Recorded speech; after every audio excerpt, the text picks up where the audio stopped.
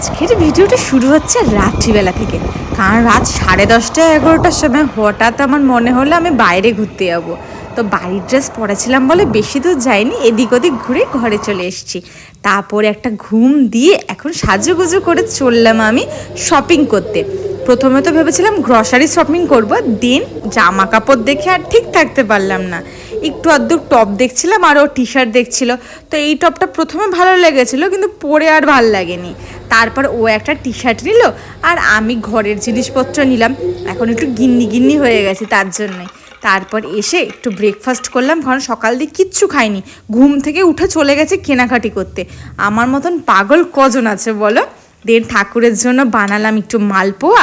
দেখো মালপোয়াগুলো কি সুন্দর গোল গোল বেশ ফুলেছিল। কিন্তু এখন আমি পুজো দিয়ে সমস্ত কাজ সেরে স্নান টান করে খাওয়া দাওয়া করলাম, আর বিকেলের দিকে খেলাম একটা চকলেট পেস্ট্রি। ব্যাস।